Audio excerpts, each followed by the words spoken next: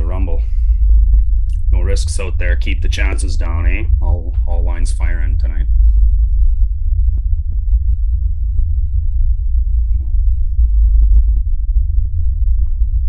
Pucks deep.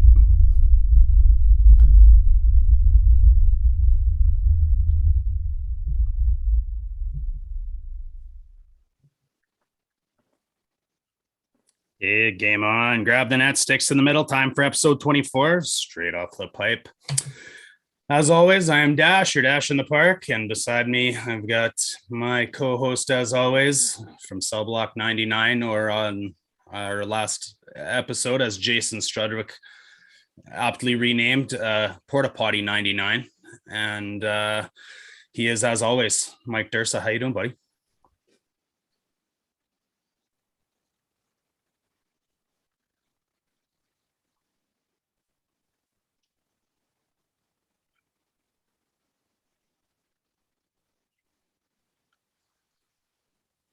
Oh, and what a pass by dry, hey? Not a bad one at all. But let's not forget our guest of honor tonight, last but not least, of course, Lars Callieou. He's Edmontonian, an Oilers fan, world traveled, very successful comedian. I've seen you in person several times, actually, at Yuck Yucks with Brent Butt, and a couple times at West Edmonton Mall at the comic strip. So great to have you on, and welcome to the show. Well, thanks for having me, guys. I also loved your post and your intro. I thought about this. I've never said this to anybody in my life. When media goes local comedian Lars Callieou, I've never told anybody how much that annoys me. And well, you're like world traveler, like international, like, you know, I've performed in 25 countries, but I've never told anybody. Like, I've never once said, like, I just, oh, they don't know, it's fine. And when you were like international touring comedian, I was like, oh, thank you. So I've never told anybody that, but it was like one of those things that's just a little thorn in my side. So I appreciate it. Well, I'm the heel on the podcast. Generally, I aim to get under your skin. So if I'd have known, I may have worded that differently. But you know, I guess what would I say? You're on the big time now. You know, the pleasure's all ours.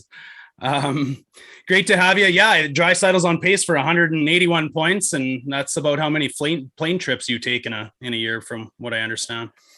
Yeah, before the world shut down. Yeah, I used to travel, but now I'm between Saskatoon and Wolseley, Saskatchewan, and Fort St. John and Grand Prairie. So that's been the route for the past year and a half. That's not a bad loop. I've been to all four of those places. Yeah, it's pretty good. Right on.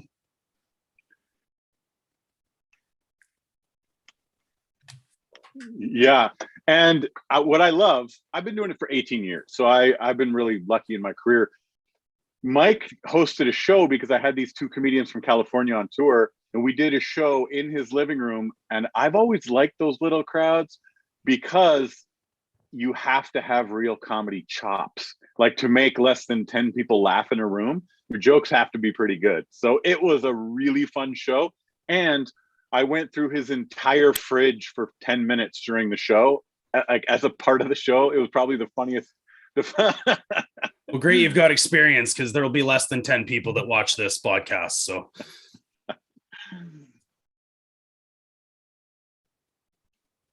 yeah, I did two full minutes of condiments jokes.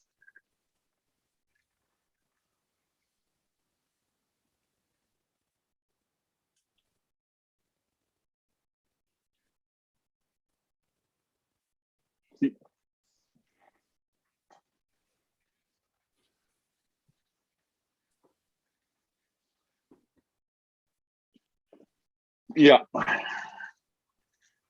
Yeah.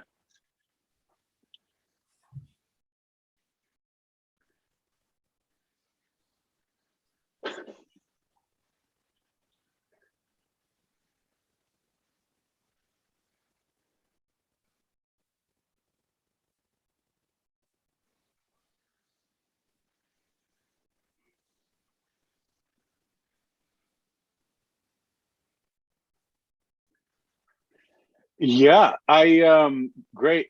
I didn't know. Here's something that I didn't know. I'm 45, so looking back, I didn't know that most Canadians, like almost all Canadians, either rooted for the Toronto Maple Leafs or the Montreal Canadiens. So I wasn't aware of this.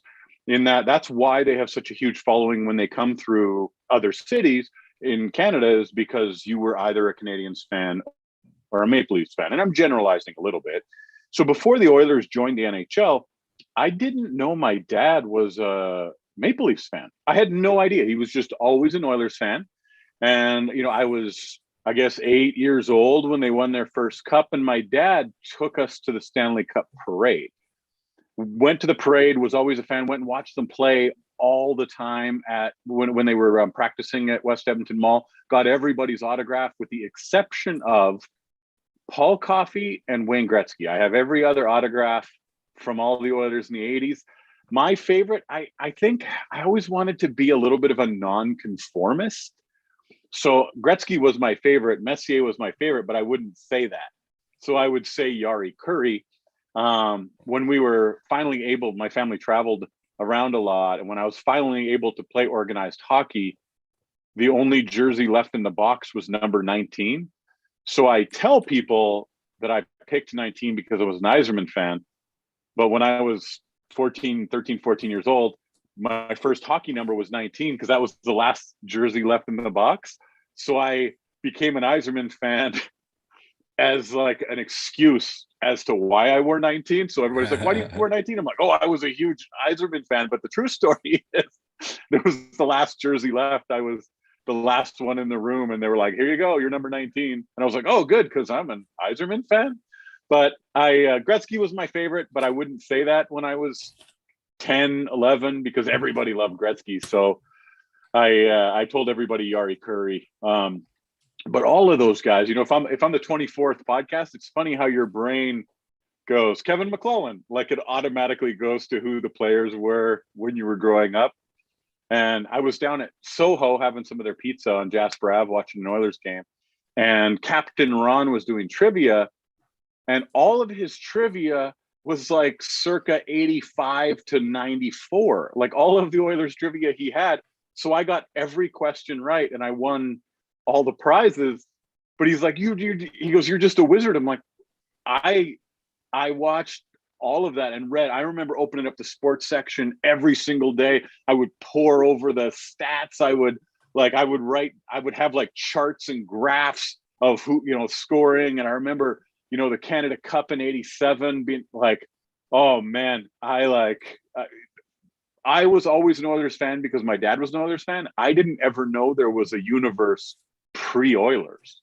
I remember my dad saying like, no, 25 years later, like he's like, oh no, if you were French, predominantly you were a Canadiens fan. If you were, English, you would cheer for the Leafs. And I was like, what? It blew my mind. I didn't.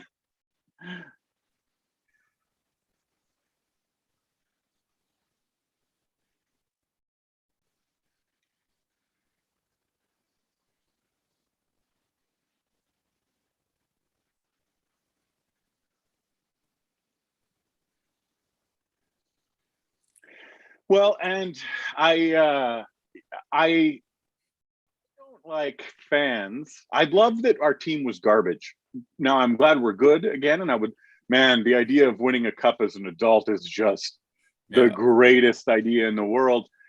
But I feel like, and I could be wrong, but my perception is Vancouver Canucks fans really throughout the regular season are like, look how good our team is. We're the best team in the NHL. Like, why are you talking? Like, until you're hoisting the Stanley Cup, I like the quote, make your words soft and warm just in case you have to eat them. So when I hear Leafs fans talk about, gosh, I love Tavares. Just from, back in his early days and his junior days and like just such a great player. So when he went there, I was like, but I love him so much. I want no success for that Maple Leafs team, but I get a kick out of how their fans, and this is my perception of it, it could be wrong, how they're like, yay, look how good our team is in the regular season. I'm like, how many times do you guys have to chirp about the regular season before you realize you should just zip it? Like, just shut up until you're in the finals, and then you can trash talk a bit. But I like the friendly chirping. I encourage it to be clever, and I want people to have fun with it. It's just a game, but one that I love very, very much. It's basic.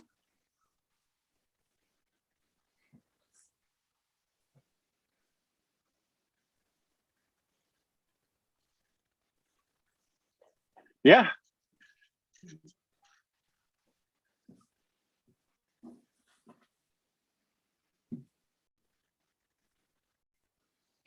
Yeah, and it's like we've won more playoff games or more playoff series. So I like the chirping, and I like it when it's clever, because when it's Team Canada, we're all rooting. We all pull together and root for it. The Canadian guys and ladies, men and ladies. I love it when they win.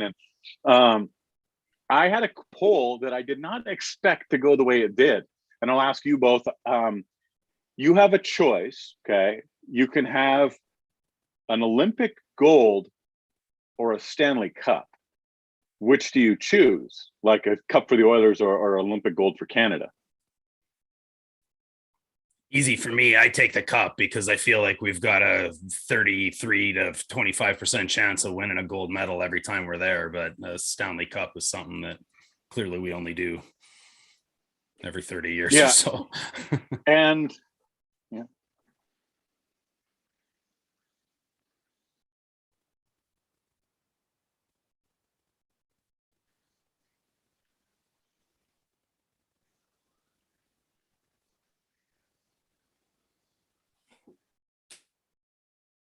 Yeah, I love being world champs. There was a few years ago when we had Olympic gold, World Junior gold, Olympic men and women's gold, World Junior gold. We had inline hockey, like the rollerblading hockey. We had the world championship of that. We had the under 18 championship. So every international tournament, we had won them all. And I remember yes, I was like, oh, as a nation with, and it's a winter nation. So there's us, Russia, Sweden, Finland, the ones that are, cold all the time, even though we have small populations, perhaps we have more ice time and more people that would play it. But I love winning the gold medal in Olympic hockey, man. If I had them both. Yeah. Which appendage do I have to sacrifice to get both of them? I have a question. I was really annoyed by something tonight. I was like, Urgh. Now, okay. So there was a play, I tweeted it out. Okay. So the play is Connor's coming in. He has the puck. A defenseman swipes at him. Now the defenseman's standing. So the defenseman did get his stick first, did hit his stick, but then in the continuation got his legs and tripped him. Now, if you were on a breakaway as a defenseman and you dove and you got the puck first and then you took his feet out, okay, I get that. But if you're both standing there, if you stick check a player, regardless of whether or not you get the puck, if your continuation follows through, gets his legs and trips him, that's a tripping penalty. It's the play. So I would love your assessment both. If you remember the play, Connor was on the right-hand side. He was skating in. It was in the third period, I think, or late second period, when he essentially got his feet swiped out from underneath him. Had he just, I would love to hear your take on it, because I think I'm right, basically. Yeah, I know exactly what play you're talking about. 100%. I agree. I thought it was a trip, absolutely. I mean, you play that in beer league and you follow through. You get a slashing on the stick, you'll get a tripping, you'll get any of those. So yeah, totally agree. Yeah, my thought would be, if you're swinging that hard where you're going to tap the guy's stick, but you follow through and take their legs out, it's a pretty wild swing. I don't know the actual play you're referring to, but. Yeah, if you're carrying through that much, there should be something there. Yeah, and the guy was like, no, it was a stick check, this guy on Twitter, and it was funny, because he's like, it was a stick check. I'm like, yeah, but if a stick check carries through and you trip the player, if you were a defenseman, and I really wanted to frame by frame, if you were a defenseman, you swipe at the puck, okay, let's say you're both standing, you swipe at the puck, you get the puck. You continue through with your stick, and your stick hits him in the feet and trips him. Regardless of whether or not you got the puck first, you still trip that player. Like after that game in Boston where everybody was ripping the officials and whatever, and Tortorella said his speech and all that fun stuff, they go into Buffalo and everything in the world is getting called except for shit that was happening to McDavid again.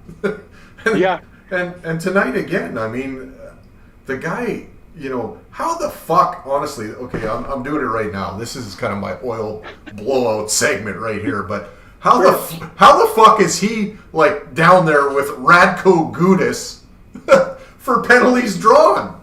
Like, fucking almost like, in the midway point of the league. Like, you got the most explosive player we've ever seen, put on skates, and he's not drawn any penalties.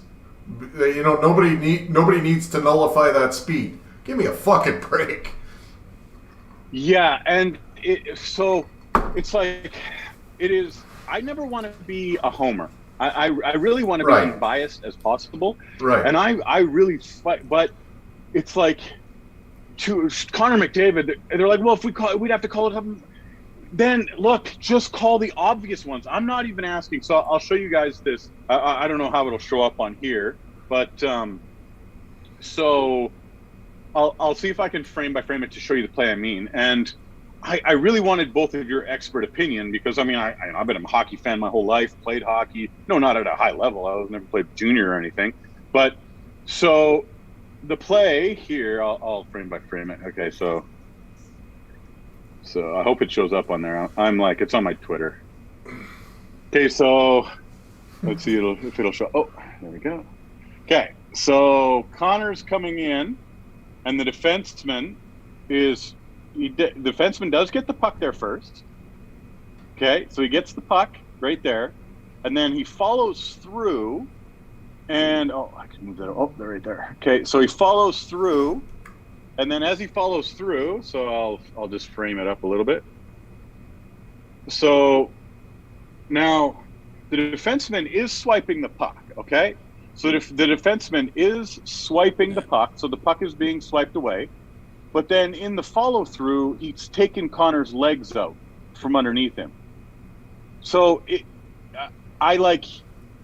Connor was on a breakaway and he swiped it and he took a dove and he got the puck first, and then the follow through of that, he took his legs out from underneath him. But in this case, he tripped the player, so you see Connor like tripped there. So if you knock a puck away from a player, so you knock the puck away, and then your stick continues and you trip him, that's a trip. And I'm going to send this to Luchensky. I'm going to send this to him and ask him for his assessment. And most of the time, we probably 50-50, and I always listen to him because he's a referee. He does it. He's trained. So I listen. I respect. If he tells me it was a penalty or wasn't a penalty, I respect it. This time, I hope I'm right, because the guy who's like, it's not. It was a stick check. And I was like, that's not how you took his feet out from underneath him. It's a trip, no matter how you slice this. And did you guys see I Suck at Picking? Did you guys see his take on Tortorella? It was so funny. He goes, guy says players should not. Fuck, it made me laugh. A guy who complains all the time says guy shouldn't complain. Yeah, I did see that. My God, it was so funny. Oh, God, it made me laugh so hard. What I like about Connor, and I think you do have to say, like, hey, how did you miss that? Especially when that stuff, like, when it's just so blatant. How can you not? Like, that's the thing that I'm like, how can you not say something? So this was I Suck at Pickings. He goes, man who complains about everything tells man not to complain. Tells man not to complain. There's a 7-minute video on YouTube of John Tortorella doing nothing but berating referees. Oh yeah. And Yeah. I wore a letter when I played hockey, and that's part of your job, and if it's before the periods or after the periods, and you go up and you say something witty like, hey, I know you missed those 3 slashing penalties, but I'm sure the next time that Dry gets hacked, you'll probably call one for us, and it's a little jab to get the momentum back your way or something. But if you're doing it in a manner where you're get your fucking head out of your ass, like, ref, what the hell, you're brutal, like, it's not going to get you far. And I was raised to keep my mouth shut, but John Tortorella needs to keep his mouth shut. Yeah. So there's this one play where this was against the Philly game. So McDavid is there we go. So McDavid skates behind the net and is tripped right there. So he has the puck.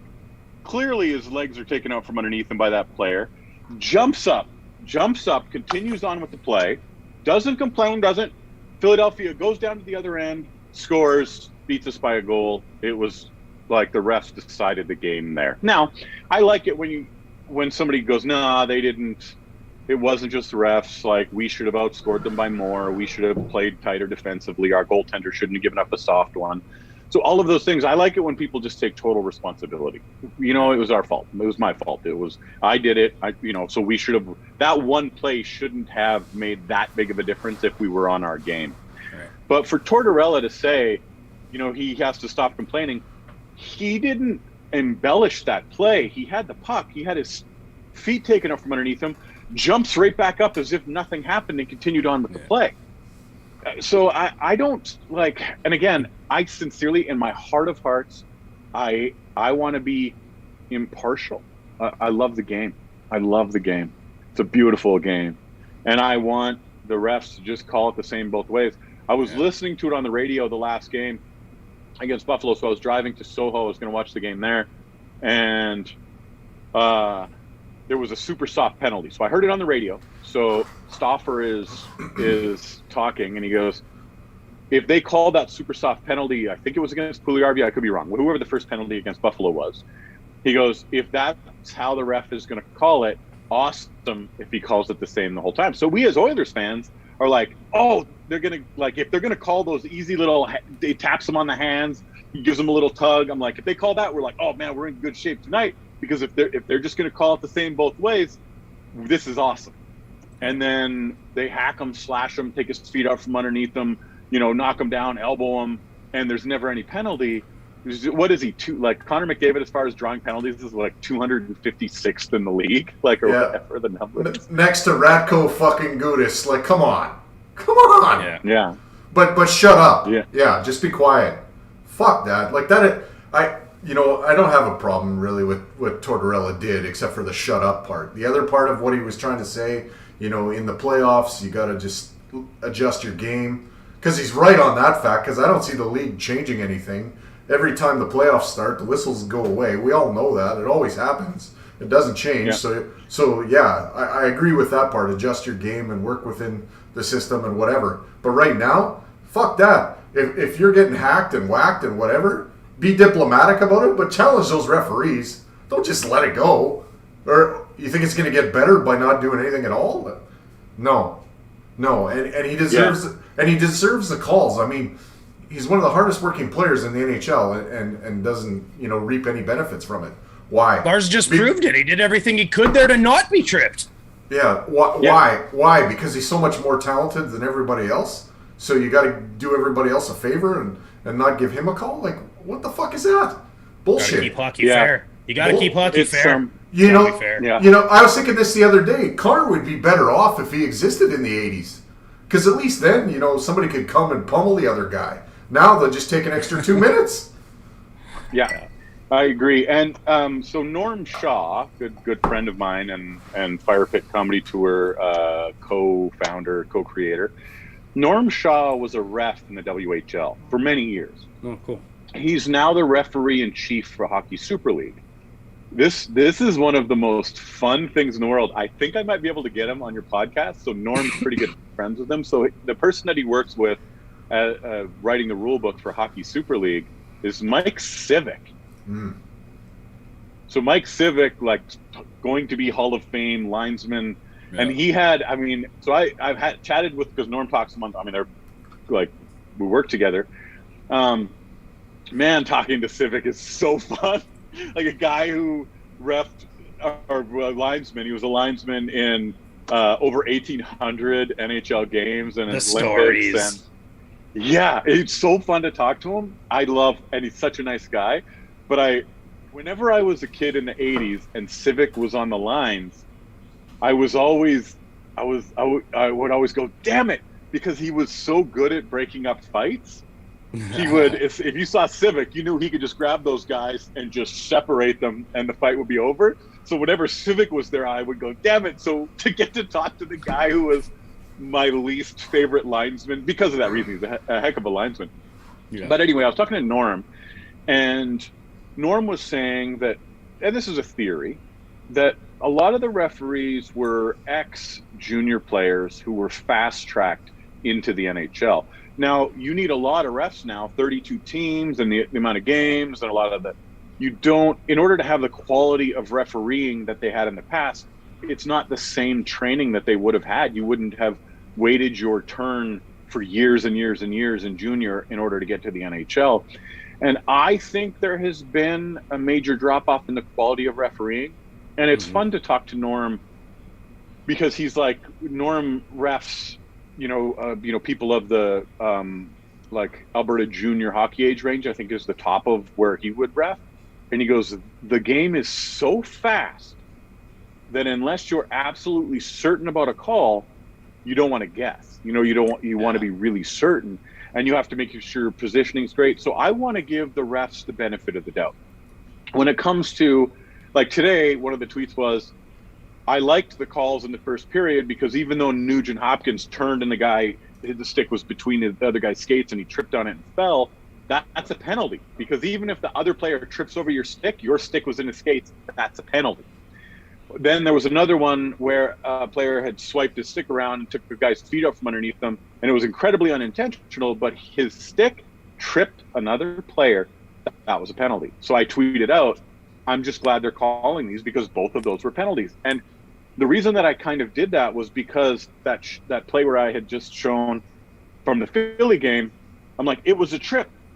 The guy, I try not to use profanity on social media, but I'm going to, I really think I could be clever enough not to use it, but I'm going to for one thought.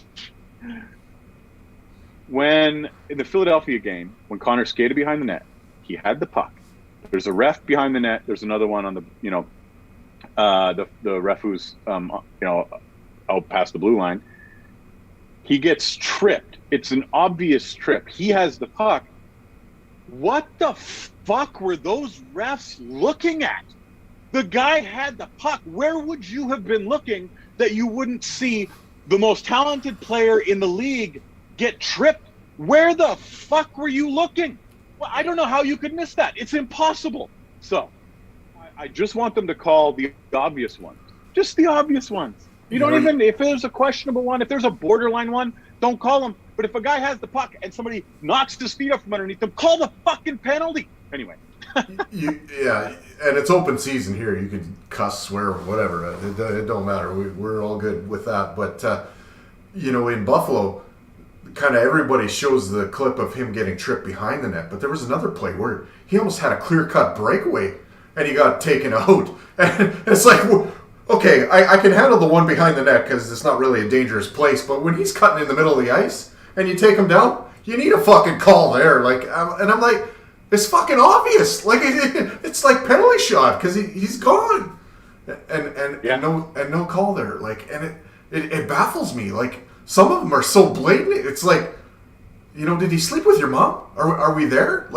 Is there a league conspiracy here? What the fuck? And in Buffalo, I mean, they were calling everything, but nothing for Connor. And it's like, he draws more than anybody.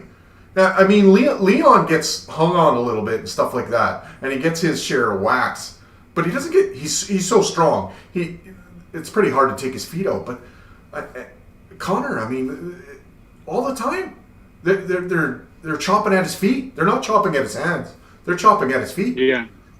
I would love to know what the refs' thought process is. When they played the Jets in the playoffs last year, in that one play where the guy had Draisaitl's stick and he was just holding it, and it didn't get called. Like, it was the most obvious hold in the history of holds. There could never have been a more obvious hold than that one. They didn't call it, but then we had like a marginal call against us that they scored on that, so it changed the outcome of the game. Now we can overcome that. But as a team, we have to, if this is what's going to happen, that's fine.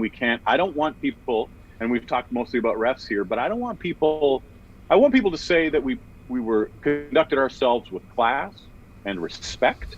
I want people to think of our fans as clever when it comes to chirps, not just blatant name calling, not just, I want it to be clever, and I want it to be fun.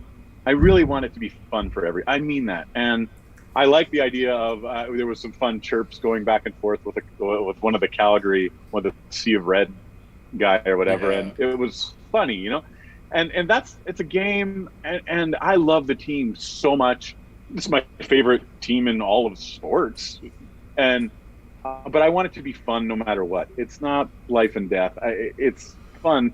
So when it comes to the complaining of the refs, I hope we can overcome that. But I also, and exactly what Mike had said, I want it to be called fairly. If you're going to put the whistles away for good. If you're going to call cheap little marginal calls on the other, on us, then you have to do that against us. And Connor, I would love it if there was a mandate that came down from the league that every time somebody touches them on the hands with a stick, call a penalty, so that eventually the refs have to do it. Like, I hope once this year that I hope coach gets fined for saying something. I think that after the last couple of games he should have.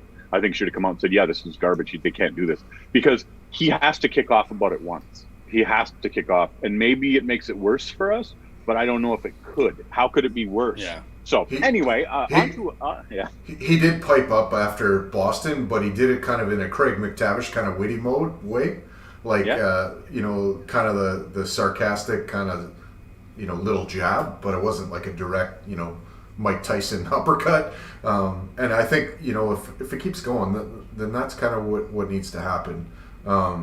He's just too important of a player to just let things kind of just go. Like, you can't. And at times you almost wonder, they've got this lethal power play that they don't give him calls because of the power play is too good. Like, it's fucking. I don't know, man. It's you can't call it fairly. It's not possible to call it fairly because nobody else has Connor McDavid.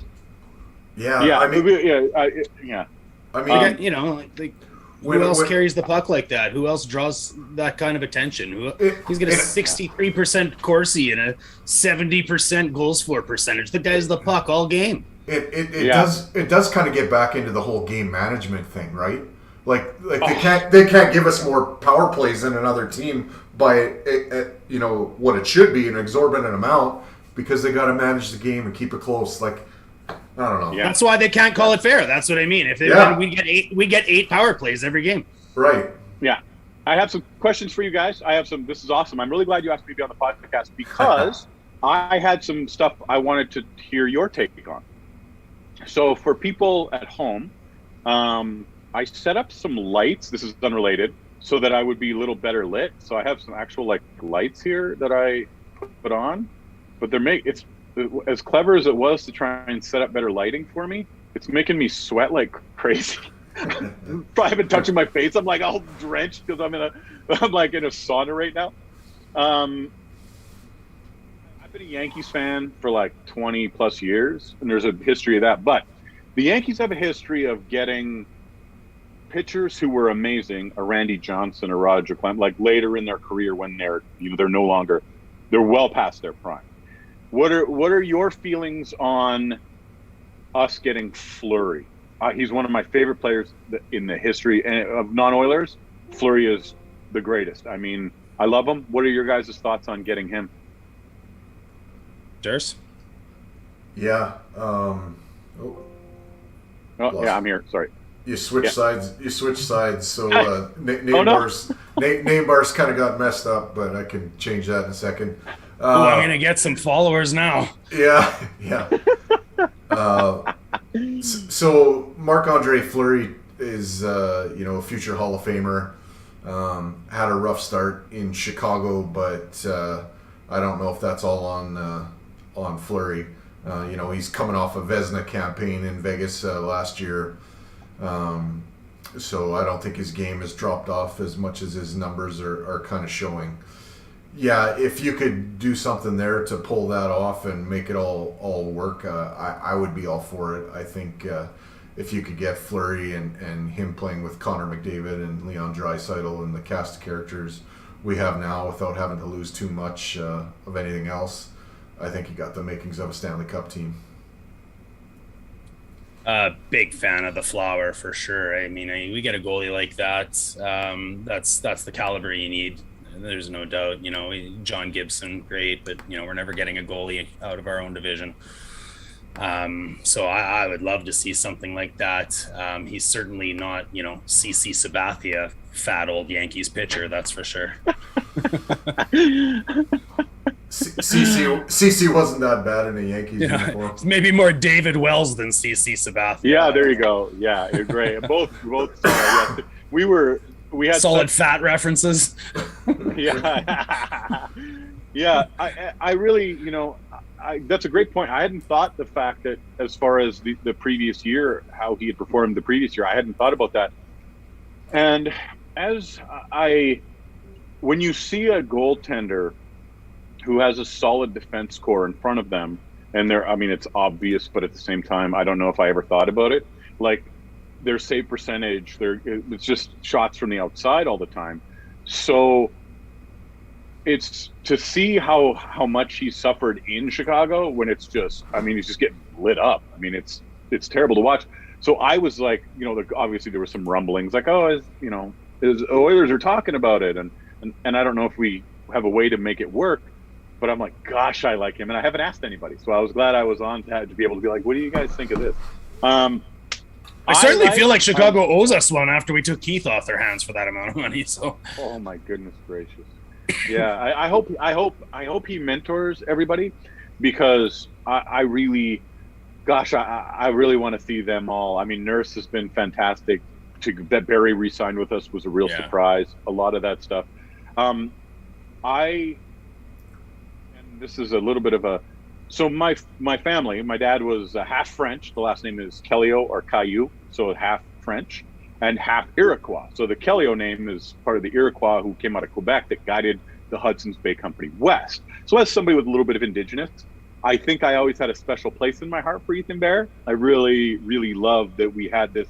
There was Jordan Tutu and a lot of the what Carey Price did after, like all of that stuff is a little bit extra special to me. I thought the step back that Ethan Bear had like last year, it really looked like he was out of sorts. And I love him so much for so many reasons. So his small stature, I thought, was going to be a bit of a problem. But I hope he hasn't topped out. I hope he does become like a really, really solid NHL defenseman. And I think that the progress that he showed 2 years ago gave us such hope. He was our best defenseman. Like he was exceptional. What are your guys' thoughts on Ethan Bear? Do you think he had topped out, or do you think he has a brighter future than he is looking right now? He's off to a pretty good start in Carolina. I think Eastern Conference, Western Conference might be a little bit different style of plays and stuff like that. And that might be to his benefit, but I think there's a player there. I liked kind of the diversity part of him being a part of the Oilers. With him, Nurse, Jujhar Khaira. We had Yamamoto. I guess you could add to that. We had kind of a diverse ethnicity to our team, and it was something to be proud of, I think, in a sense. And now it's kind of Nurse is the last guy out of that group. Well, Yamamoto's still here, but you know what I mean. And so there's a sadness to see Ethan Bear go, for me, because it was one of our success stories. A draft developed kind of player, and you think that he might have a long-term future here, but at the same time, I guess there wasn't enough room for Bouchard last year, so this kind of I think paved the way for Evan Bouchard to have a feature role on the team, and also addressed a bit of a need on the third line. Maybe you should have, once again, maybe Ken should have tried to get a pick, to come along with Fogle and just kind of, said it was good enough and took it at that, because that's my issue sort of with the Duncan Keith deal too. You unnecessarily gave Caleb Jones away. Well, yeah. I don't know about that, because you need to do something to make a transaction actually happen. But for to make the salary, take on the whole $5 million or $4 and change or whatever it is that Keith's deal is, I think you walked away from the table a little early, especially when you had the leverage. So, I think it's kind of the same situation with Carolina. I think Fogle brings a lot to this group, and some more necessary kind of size and strength and kind of grit and tenacity, deeper in the lineup, which is something that we didn't have. After Cassian, there really wasn't much at all. And speaking of Cassian, I think the last couple games, the ones that they didn't get up for, there's been a conversation on Twitter about it's up to coaching to get these guys ready to play in these games, and they come out flat, against Detroit and Buffalo, and kind of tonight again too. And maybe that's, and maybe Cassian not being a part of the lineup, telling the jokes in the locker room and all that kind of stuff. Maybe that plays a bit of a factor. But I think, I don't pin guys not getting up for games on coaching as much as I do on the players in the room. Honestly, I think that's a sign of immaturity. I hoped we were past that at this stage of these guys' careers. Yeah. But to me, it does, it reeks of a little bit of immaturity, taking teams too lightly, and guess who they beat? They beat the good teams on this trip so far, and the ones that they probably should handily get by, they lost to. So until you get that sort of 90s Chicago Bulls kind of big suits walking in mentality where you're going to just crush everybody, you don't. Yeah, so. The Oilers have played down to teams below us in the standings level for years. I think that's been a habit we've created long before now, to be honest. That's Oilers be Oiler. And in years past, we would do that, and then we would kind of go 50-50 with strong clubs. We'd hold our own, but a lot of times we wouldn't win those games. Now we're winning those games, but the ones that we should get through, we're having trouble with. Yeah, for sure. And the Ethan Bear, he's 24 years old. I think, this is when defensemen either, shit or get off the pot as far as their career goes. I'd say, he's probably, seems to me like he's got room to grow in his game. I think he's fortunate to go over to a team in Carolina that plays a nice system around him. They don't let up a lot of shots there, and the goaltending's always been good. And so at the end of the day, we got a good player in Fogle. I think our GM recognized that, we needed possession players. We needed stronger forecheckers. Hyman and Fogle have a lot of resemblance in their games. And that was something they were keying in on. So, we went out and got it. Could he have got another draft pick? I don't know. Maybe, man. Like, whatever. Fogle drives a pickup truck. Like, what else can you do? Right? Yeah. Guys like that don't come for free. And it's so far been a win-win. Bear's a +6 in Carolina. It's a responsible number, 4 points in his game so far. And he's had some top pairing minutes. And, I think Fogle's been one of the glaring things that I've enjoyed in our team this year, and one of the biggest improvements we've had. Well, yeah, I love it. I totally agree. Analytics guys won't want to hear this, but it's a good hockey trade. Right. It addressed a need for Carolina because they lost Dougie Hamilton, and it addressed the glaring need for us in our bottom six. Like, what I miss is Bears a little bit. He just made me feel more calm watching that part of the game. Like he just brings a calmness or a settled part, and he did it for Nurse too. Nurse was Yeah. a better defenseman last year when he was paired with Bear than versus Barry. And Barry's got a chaotic decision-making ability. He's got, he gives up those high nature chances, and I think Keith does too. So man, like when they paired Keith and Barry together the other game, I like, man, that's tip it in the blender right there, because that's exposing more gap than a Pam Anderson home video. I don't know. I don't want those two guys paired together ever again. I agree with you. You really put into words how I felt about Bear, and there was this poise that 2 years ago there was this poise. Well said. Adam Larson had the same kind of, you relaxed because when somebody was barreling down on them, they really seemed very calm in that situation. And boy, it was a nice feeling where you'd see him make one extra move, the guy would completely miss him, and then he'd move the puck up the ice. And I think we have with, all of the guys we have, there's, one or two on the very bottom end that aren't perhaps as, calm in those situations. But for the most part, it feels like there's some real. So I think you guys helped me work that out in my head, and I needed Doug. I wanted to ask somebody. Here's my other question for you. Do you think, and this is a question I've had that I've never been able to chat with anybody about, when I look at somebody like Boston, when I look at somebody like the Tampa Bay, when I look at these teams that are perennial contenders, these, I think about the depth of their team. So I think about, they really start to, like, Carolina maybe as well. Oh, so that's my phone was telling me I have 10% left. That's why we switched sides earlier. It was at 20%, and I was like, now there's 10%.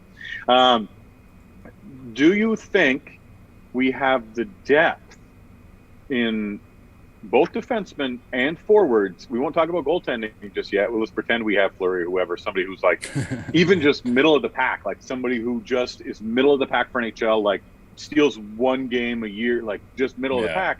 So let's just defensemen, forwards. Do you think we have the depth right now today to win a Stanley Cup? I'm not sure we have it on the back end, Lars. I think, this is the best forward group I've seen since Messier. When in the decade of darkness or through those Hemsky, wait years, did we have three lines that we could roll like this? And, Mike and I talked in a previous podcast about whether, Yamo should get shifted up or here or there. And you can't break up the third line anymore. And that's how you have a good team all of a sudden, is when you can't break up your third line because they're too important and because they're playing well. Sure, let's just pretend we have Kudobin or Ben Bishop or knock on wood, Marc-Andre Fleury. That'd be great. The defense doesn't do it for me. They don't. I don't think we're deep enough. I don't know where experience is great, and that intangible from Keith is fantastic.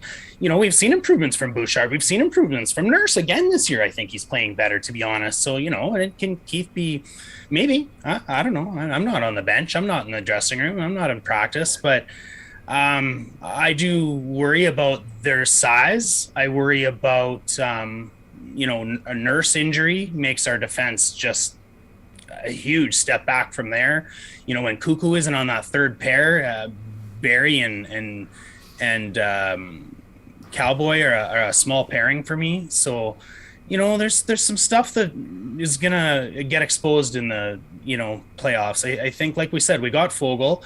That type of possession game allowed them to take a step back in defense because we just simply have the puck in the other end more often than we ever have before. So whether that happens in playoffs, I don't know. What do you think, Durs? I'm in a spot right now where I think the concern for me is there's not much that really happens deep in our lineup, like the fourth line. It's good to see Ryan McLeod get his first goal, and I think he's kind of coming around as an NHLer, but Kyle Turris a lot of times, I know he conditioned in Edmonton and did hockey camps and all that, but he really hasn't done a lot this season. So it needs to get like a little bit of improvement there. But I look at the D-core, and in that third pairing there, there's issues, and it's. I mean, Chris Russell had a tough night tonight, but made a key shot block that kind of saved the game. So hard to really knock him. I think he's good as a seventh defenseman if you need it, but I think they need a bit of an upgrade there. You know, Keith had that giveaway against Buffalo that you know kind of turned the tide in the game, kind of opened the door there. He was trying he tried to force into McDavid there. Yeah, I mean, it's hard really to knock it that much because everybody tries to hit Connor in full flight and spring him for a breakaway. I mean, if you make that pass, it's a goal. If you don't, it was a goal. So kind of worked against them. Those two, honestly, though, when they're on the ice, I'm not petrified. Like you know, like if you listen to everything in preseason, you should have been petrified of those two, and CC should have been playing the ECHL, and I thought he's been actually a pretty steady defenseman. He's been better than Keith, I think. Yeah, and you know, it's almost like Keith defers to him a little bit more than like Keith doesn't really look for his offense like he used to. I think he's kind of settling into a kind of a more of a patient kind of game, and I think that's a good thing. He is you know, a little long in the tooth and that, but the guy's, you know, when the puck's on the walls, he's as hard as anybody. He's mean, he's nasty, and I wouldn't want to be in the corners with him. Like he's a mean hombre, and you know, Nurse, you know, tonight kind of tried to make the one play there, and then Bouchard lost his man, and it was a bit of a goal. So there's a little bit of a learning curve still with those two that needs to happen, but I think these guys are going to kind of improve and learn as they go. I knew with CC and Keith, you know, it wasn't going to be a Picasso right from the start. They haven't played together, and there needs to be a little bit of time with defensemen to know where each other's going to be and all that. And they're starting to settle in, and I don't worry about them. But that the third pairing, like I don't know. Barry at times, he's either hot or cold. Like he either has a hell of a game or he's a tire fire. Tonight I thought he was skating well, and you know, on the power play I think he's got a new wrinkle in his game now where he sees that if he just drops it back to Connor, other teams kind of key on that. So he's taking pucks in deep. He did it a couple of times tonight on the power play to kind of get things settled in and that. So I don't hate Tyson Barrie, but you know, we've talked about this before, me and you, where it's almost like Marc-Andre Bergeron, where he's a power play specialist, and that's kind of it. You know, so you get him a few minutes on the third line, you don't dare put him on a penalty kill, and just keep him out of Rollison's way. Yeah. I don't see that happening with him, but I'd like to see a couple of additions, right? If that hypothetical goalie, you know, addition happens and we can get the depth there, Lars, then, you know, I'd say we're a couple of acquisitions away from being able to make a deep run. You know, if we could pick up a Getzlaff or Eric Stahl type, you know, that third line center, grizzled kind of guy, as well as it doesn't have to be a top pairing defenseman, but a top four guy that resembles Bear or resembles Larson, you know, has more Bear to his game than Barry. And I think if we've got that, then we've got a hell of a chance, man. Yeah. I don't understand, and I appreciate both of those takes. I think you're absolutely right. And I haven't been able to ask somebody, do you guys think, you know, especially real hardcore fans, like, you know, Spirit Up the Pipe type people, to go, what do you think we are deep enough to do this? And again, I don't want to, you know, I didn't want to factor in goaltending because that's such a big question mark. Yeah, exactly. But when I look at it, I think, okay, so we can get 22 to 24 minutes out of Nurse every night. Pretty steady. Bouchard is my favorite player on the team. When we drafted him, I figured he was going to be ready the next year. I really did. Because he was the highest scoring player in the league. It was like, this is so incredible. And I'm like, this guy is and then he just lit everything up. I'm like, how are we not like, okay, we can be patient. Last year, how could he have been worse than the guys we were playing? So now this year, you're like, hey, he goes from not playing hardly at all last year to being a first pairing defenseman. He should have been playing last year, but I'm glad we waited. I'm glad He's my favorite player. So I think, okay, we have Cool. these two young guys who can cover 24 minutes a game. You know, Nurse and Bouchard, they're both quick and great puck-moving defensemen, and I look at that, and I think they're big enough if they added a little bit of weight and kept their speed, which is counterintuitive. So to be able to really hammer guys, because I think Bouchard is a pretty big kid. So then we have, our second pairing, can they play 20 minutes, which leaves that 10 to 14 minute mark for that third pairing, big time question mark of like, you're like, every time these guys are on the ice. Rodney there. Yeah. And then I think exactly what you guys said about the forwards, in that we haven't seen this kind of depth. And I think your assessment of Fogle is so great. And like, they're getting chances. And when they were, it's just, was it Perlini who scored 6 in the preseason?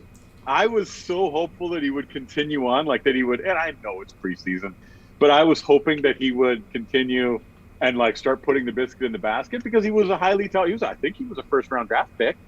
Yeah, he was like 10 spots after, 15 spots after Draisaitl in that draft. Yeah, so I think he had the, people believed that he had the pedigree and the skills in order to be a goal scorer. So I was really hoping that he would, and I hope he still does. I hope he, I'd love to see one of those guys put in 10, 12, 15, like something crazy, So that would be great. And then I want the team to win so much. And this year would be like, all right, let's do it. And I know it. I think about how long it took Ovi. I think about how long it took Mario. I think how long it took a lot of the Yzerman, who was my favorite player. That's why I wear number 19. But I think you're both right in that we need a couple of additions that are going to really be the foundation of like, okay, now this team overall, start like top to bottom, start to finish, we've got something. And to have it gel, because I think if you would have said to me, and I think you could probably find a tweet from when Connor signed his 8-year contract, and same with Draisaitl, I thought he would sign 5. And if you would have said, I'll bet you $1 million cash that he's going to sign an 8-year contract, I would have taken that bet, legitimately signed a contract, put it on paper. I will bet you $1 million that I don't have $1 million, but I would have bet you that he would not have signed for 8 years. So the fact that those guys signed for 8, the fact that we got an MVP for 8.5 a year in Leon is so unreal. I think we should just give him, as soon as the cap goes up, I think we should just give him a raise, just because. It'd be nice to come in. Hey, by the way, we want to give you more money, just to let you know how much we appreciate you. I have a funny story that'll just be a little anecdote for you. Just throw it in as if people have made it to this point in the podcast. So there's a couple of charities that I'm a big supporter of that I really, really love. And I want to give them both a shout out. So the Christmas Bureau of Edmonton,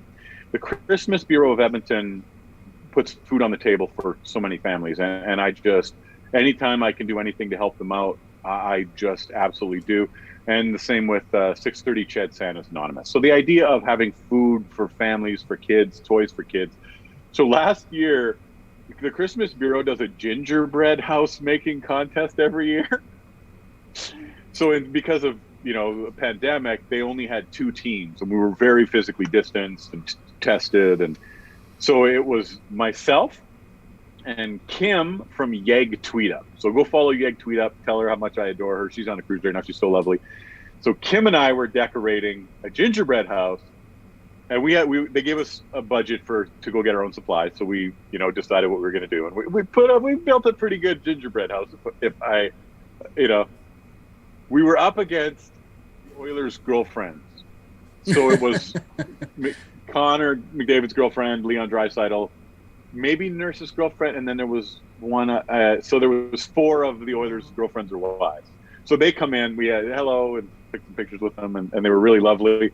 So we're building our gingerbread house, and they pull out place like a cake decorator designer had designed, and they just built a gingerbread house put next to like Rogers Place. if you message me on Instagram or Twitter, I'll send you some pictures from it. When you see how they rolled out, like they had this box and they're like, and here's a like scale replica of a snow-covered Christmas decorated Rogers Place. It was the soundest thrashing in the history of gingerbread house making contest. Yeah, it was. Like, as soon as they pulled it out, I looked at them and we were all laughing because of how badly they thrashed us. So if you're looking for a charity support this holiday season, Santa's Anonymous and Christmas Bureau of Edmonton are just a couple of wonderful ones. There's so many great ones, but certainly. And then I wanted to get a quick plug in. I waited till near the end, but I wanted to say this. I've been a comedian for 18 years. I've been so lucky in this. A lot of people like to call me local comedian. You can just open mic comedian Lars Callieou. Backyard comedian. Call me a backyard comedian. That'd be funny. Entertainers, musicians, improv people, hypnotists, comedians, funny money casinos, murder mystery people, actors. They make anywhere from 30 to 50% of their annual income in November and December. So company Christmas parties, that's when they make a large portion of it. That was when you would end. For the past year and a half, there haven't been a lot of corporate events, not a lot of company Christmas parties. You don't even have to book me. If you have it in your budget to book a musician or improv or a hypnotist or DJ, lots of great DJ companies. This Christmas, this holiday season, book entertainment at your Christmas party. You can even book virtual if you're not having one in person. There's some fantastic virtual events that you can book. And again, you don't even need to book me. And if you want to make your event great, ask the entertainer how it would work best. Because I've done over 1,000 company Christmas parties. And if you said, how does this work best? I could tell you how to shape it so that you're going to have the most success with your entertainment. I'm not a booker. I'm not an agent. I'm not a man. I'm just a stand-up comedian who's a big Oilers fan. And I've performed anywhere from the Jubilee Auditorium to Durst's living room. I have done shows in some of the craziest places. So this holiday season, if you have it, like I said, book an entertainer because they could certainly use the love and support. It makes a world of difference. So that's my little plug for my fellow artists and entertainers. Love it. On that note, what do you got coming up? I've been lucky, I have, I'm in Okotoks this Friday, Christmas party. And then I'm doing a show. A very funny comedian and good friend had passed away unexpectedly in his late 40s. Just a heck of a guy. Andrew Albert was his name. So Monday, November 22nd, there's a tribute show in Calgary, Comedy Monday night at Broken City. So that's for our friend Andrew Albert. Just really unexpected. Just heart attack. Just one of the nicest, funniest people you'll ever meet. And our careers started about the same time and continued on it. We've been in lockstep for our entire careers, and we're about the same age. So it was really so I'm in Calgary, Comedy Monday night on November 22nd for Andrew Albert's tribute show. Just everybody who knows him would tell you just what a diamond human being he was and is. And that's, a bunch of people who knew him and worked with him are going to be on that show. And then it's just company Christmas party season until the new year. And there's a very small chance, and I just want to give a shout out. I did a show in Long Island, New York for a sports writer. And he and I have gone back and forth. He's American. So there's a chance I might get to go watch the Edmonton Oilers play at Madison Square Garden on January 3rd. I think they play there. So I might be at that game. I'm crossing my fingers that I get to go to that, but there's a pretty good sports writer that's on Twitter that I don't know if he wants me to shout him out, but I'll direct message me and I'll send you that. Nice. Yeah, but that's it's Christmas party season, so I have a dozen or so of those, and then try and spread the wealth, and I'll probably reach out to Santa's Anonymous and do a public show for them. Oh, I'm at the Comic Strip in West Edmonton Mall on December 23rd and 26th, Thursday and Monday.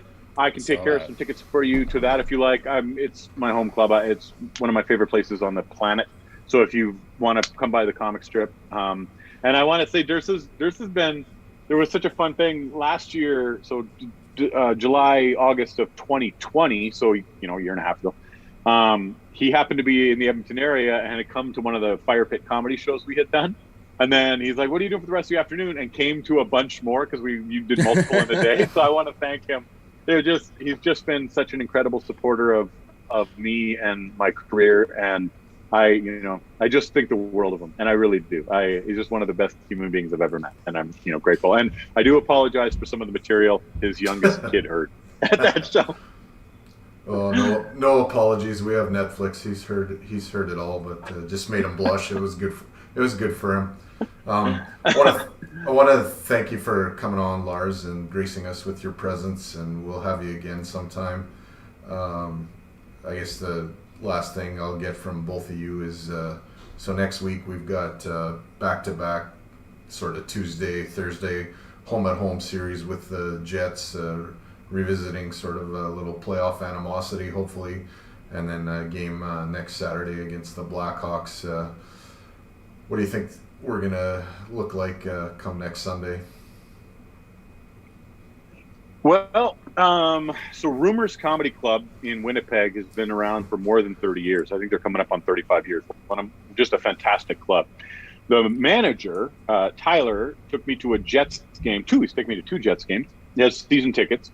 As a personal shot, I want to say we're going to win both games against Winnipeg.